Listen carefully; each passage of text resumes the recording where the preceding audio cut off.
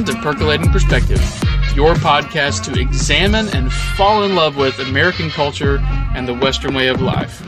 We have an amazing show for you today that you will not want to miss.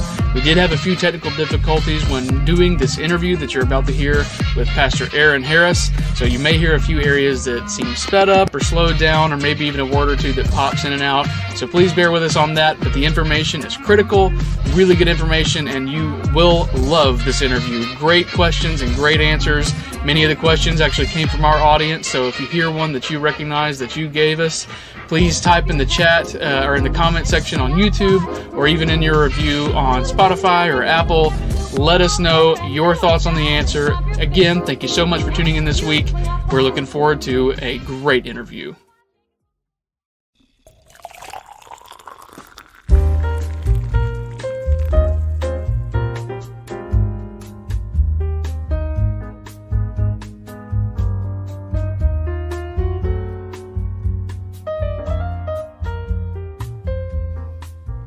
As we all know, coffee, like sin, loves company.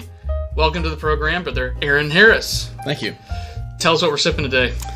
Well, today is a delicious cup of the Spirit of 76 from Black Rifle Coffee. It's a medium ground, and it's a little light medium, I think. So a little more of a morning blend, but either way, it's got a great name and a great flavor. Nice. Yeah, I love the best. It's very artistic. Yes. I mean, you don't have very many pictures of George Washington and Abe Lincoln in the same picture, but you do on a Black Rifle coffee bag. Especially with George Washington playing the drums. I didn't Who knew Abe Lincoln played the flute either? Oh, man.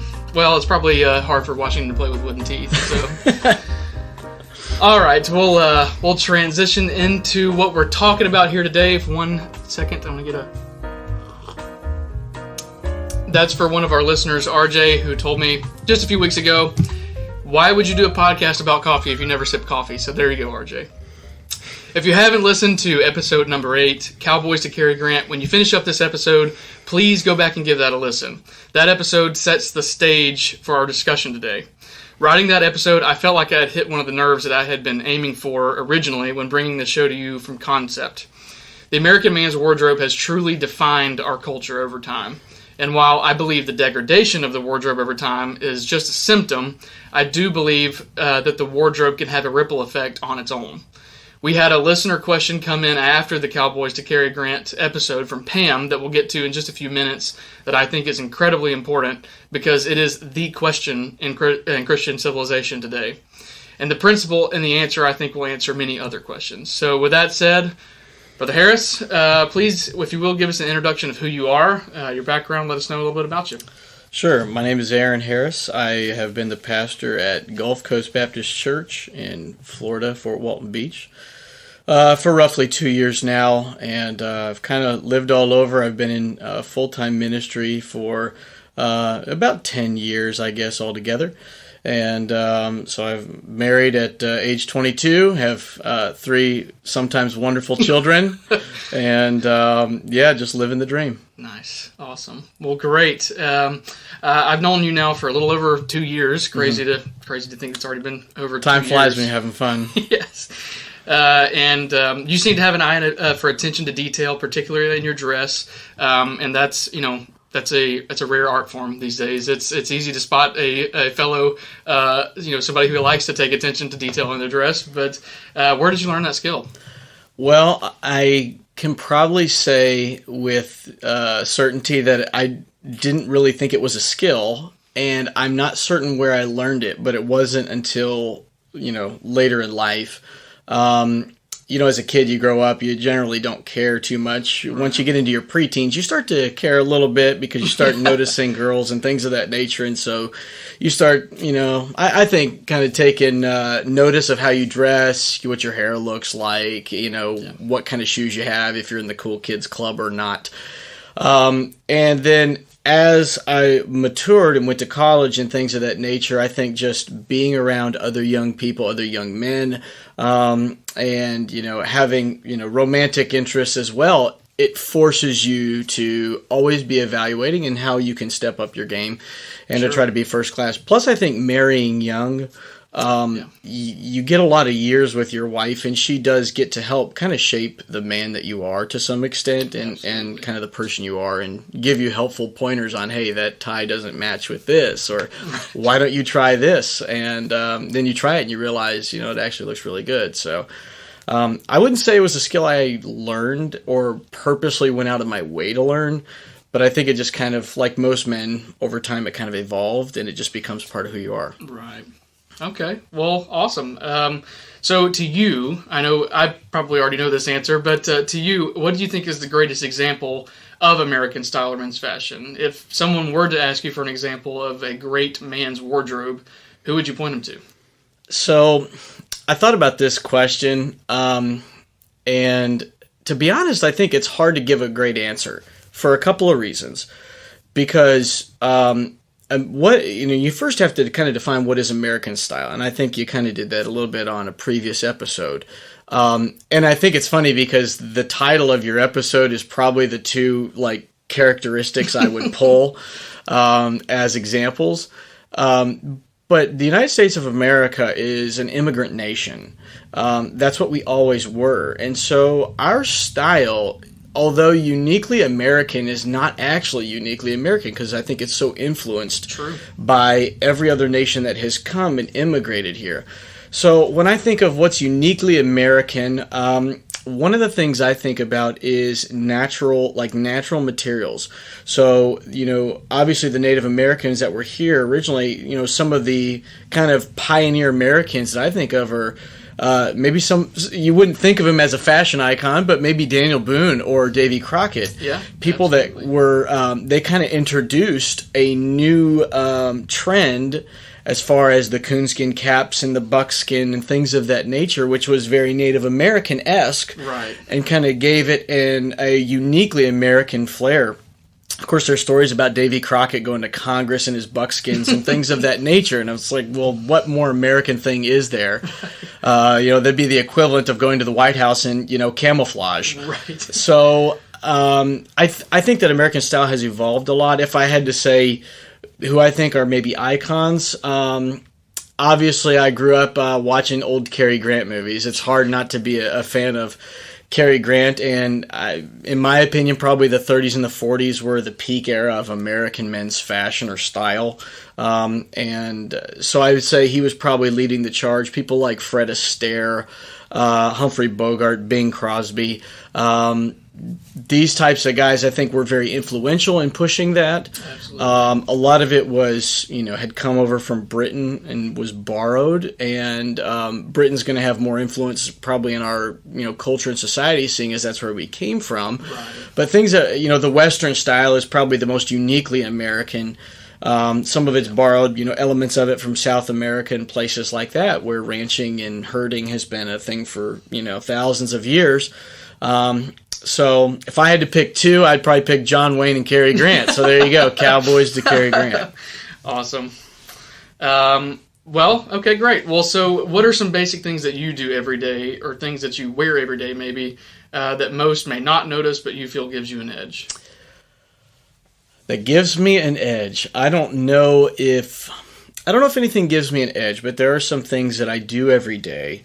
Or that I wear every day. Now, not to kind of chap your hide here as a bearded man, but I am generally a clean shaven individual, and so I don't use an electric razor. I've never really been into that. I know it's super convenient. It just wasn't for me, so. Sure. I just use a typical razor and whatnot, and I shave every day. I think that's kind of your hygiene and your wardrobe kind of tie in together to some extent. Absolutely. The other thing that's almost an everyday for me, unless it's I'm strapping on a tool belt and a hat and I'm going to be out in the sun or something like that, is I comb my hair. Maybe this is a bit of a pet peeve for me, but my dad always religiously combed his hair and would kind of harp on me for not having my hair combed as an adolescent youth. And so now I walk around and I notice full-grown men and they just look like unmade beds. And I think, man, you would do yourself a real, service if you would take 5 minutes and get a little bit of product, put it in your hair, and comb your hair and style it so that it looks presentable. Yeah. I wear a watch every day. I'm not a smartwatch guy. I'm a traditional watch guy because that's the only way to go. Agreed. And there's enough distractions in this life as it is. I've found a few benefits of the smartwatch. Maybe if you're on a ladder working on something and as a pastor, I'm always trying to figure out if something's urgent or not. Sure. And that's a really convenient way of seeing if it is or isn't. But generally, I'm a traditional watch guy. I carry a watch every day. I carry a wallet every day. I wear a belt every day. And that one does give you an edge. You never know when things might go south and you just really need a belt. Hopefully your pants aren't going south. That's true. You'd rather them stay true north. So anyways, I always carry a pen, an ink pen with me almost everywhere I go. It's always handy to have one, and I kind of feel weird without one. So I would say the last thing is generally I carry some form of pocket knife on me every day. And depending on what I'm doing, maybe it'll be, an old timer, or a case knife, or it might be, some sort of a, small folder or something. But I carry those elements kind of every day. And, those are kind of my go-to. As far as wardrobe, generally, I like a button-down shirt, and if I have to choose, I always prefer long sleeve. It's more versatile. Sure. Yeah. So okay. Well, yeah, that makes good sense. So I had mentioned earlier in the monologue section, I had a question come through from a listener, Pam, after the Cowboys to Cary Grant episode that I think that you're actually uniquely qualified to answer. But the basic gist of the question was, do Christians really need to spend time thinking about their outward appearance? Shouldn't they just look to the heart? What are your thoughts on that? Well, my first thought as a pastor is, okay, what can you see in somebody's heart? Yeah. Because you can't actually see it. The Bible says that man looketh on the outward appearance, but the Lord looketh on the heart. Certainly our hearts are important, and the inward is who you truly are, but that's not to discredit the outward, because man does look on the outward. Right. For me as a Christian and as a pastor, I am always under scrutiny. People are constantly watching, and you look at the Bible in Matthew chapter number 5. Jesus on the Sermon on the Mount says, "Let your light so shine before men that they may see your good works." That's not your heart; that's your outward. Yeah. And glorify your Father which is in heaven. It's the outward display of what is on the inside. And so everywhere I go, I'm kind of a walking, talking ambassador for my faith. And not only that, the Bible says that a good name is rather to be chosen than great riches. I think that how you comport yourself, how you dress, what your appearance is, it's part of who you are, and it adds to what your name is, so to speak, in the community. Absolutely. And the last thing you want is a bad reputation or a reason for blame where it would discredit maybe something you say or your faith. And so for me as a pastor, I'm kind of in a unique situation where, I'm weekly, several times I'm in front of people, I'm speaking. So what I wear, how I look, if my breath smells or if it doesn't smell, what I say, if my tie is straight or crooked, all of those things, I'm kind of being low-key or high-key evaluated every week. Absolutely. On those things. Yeah. And so as a pastor, I'm not only a reflection of, myself and my name, I'm a reflection also as a husband and a father of my family and my family name. And then as a pastor, I am a reflection. I'm kind of the face behind the church or the institution that I represent. Right.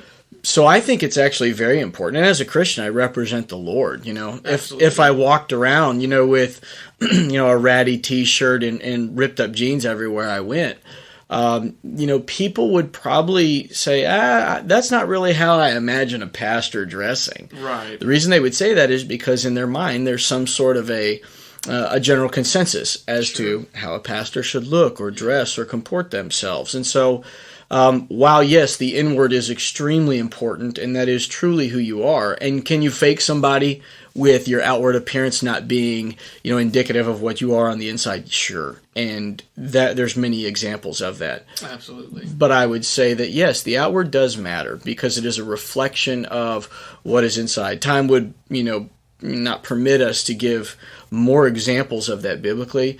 I think both are important. Men see the outside, God sees the inside, but what is inside will eventually make its way on the outside. And if you Absolutely. are well thought through, and if you're you're trying to be very detailed and methodical on how you are as a person on the inward, that should translate on the outside, in my opinion. Absolutely. Yeah. Okay. Yeah. Great answer there.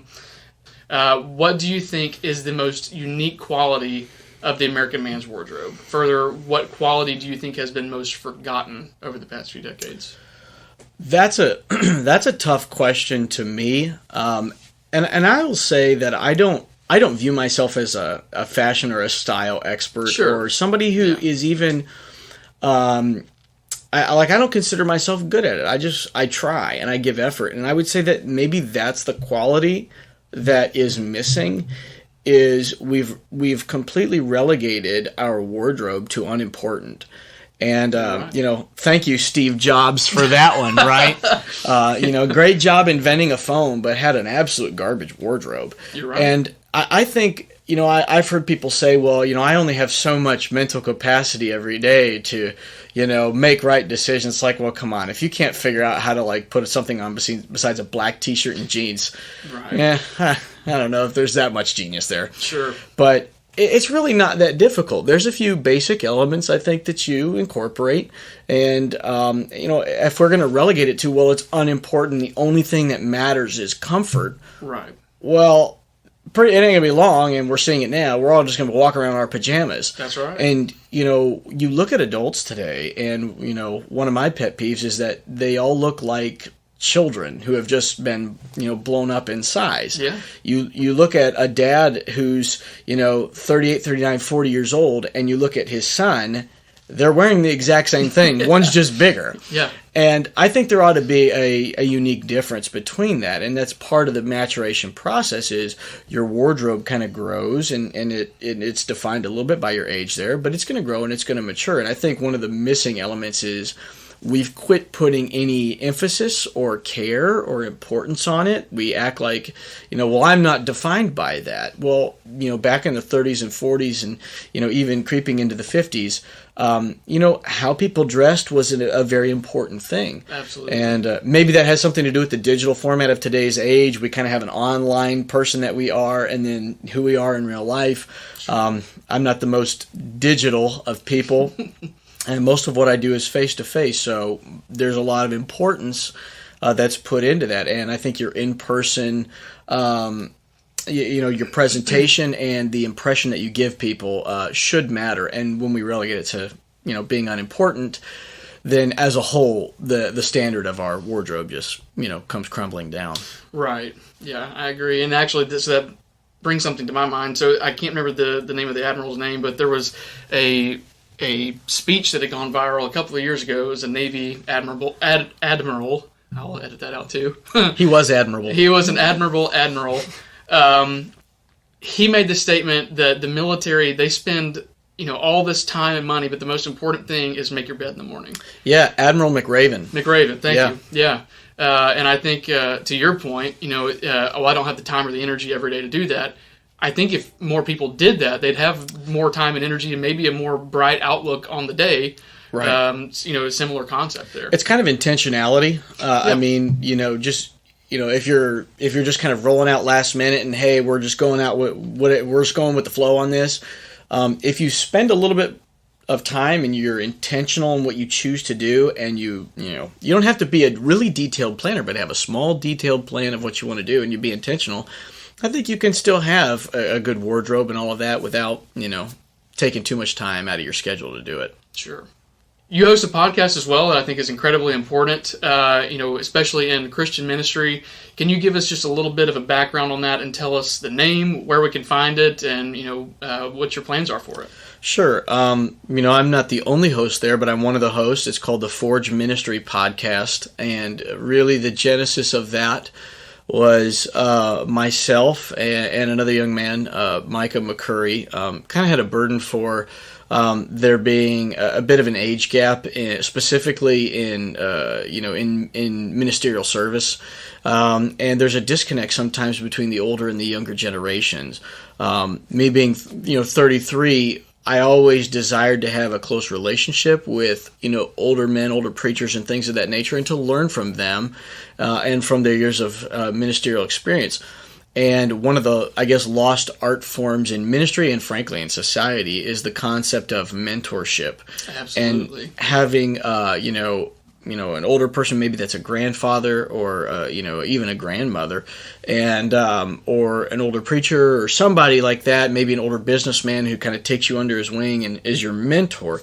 That's kind of a lost thing anymore. And so really that podcast is about mentorship and cultivating and kind of forging those relationships. And then from that, what are the benefits of that? So you can find it on Spotify. You can find it on iTunes. Wherever podcasts are. There's a website, forgeministry.com, and you can go there and you can kind of look at some of the events that are being hosted there, and you can catch some podcast episodes. It's kind of in its infancy now, but as it grows, I think it'll be helpful to not only people in ministry, but to others as well. Sure. Awesome. Well, Pastor, thank you so much for taking the time to sit down with me and answer some really important questions. I value your opinion greatly as your friend, and I'm honored to have you on the program. Would you be interested in coming back on sometime and just sit and swoon about America? Oh, yeah. I'd love it. Sounds great. Well, I appreciate your time. To our listeners, thank you so much for tuning in today and spending some time with us. Don't forget to check out Forge Ministry Podcast on Spotify, Apple, and pretty much anywhere you get your podcasts. Until next week, I'm your host, Gordon Michael Porter. America, I love you. Take care of yourself. God bless.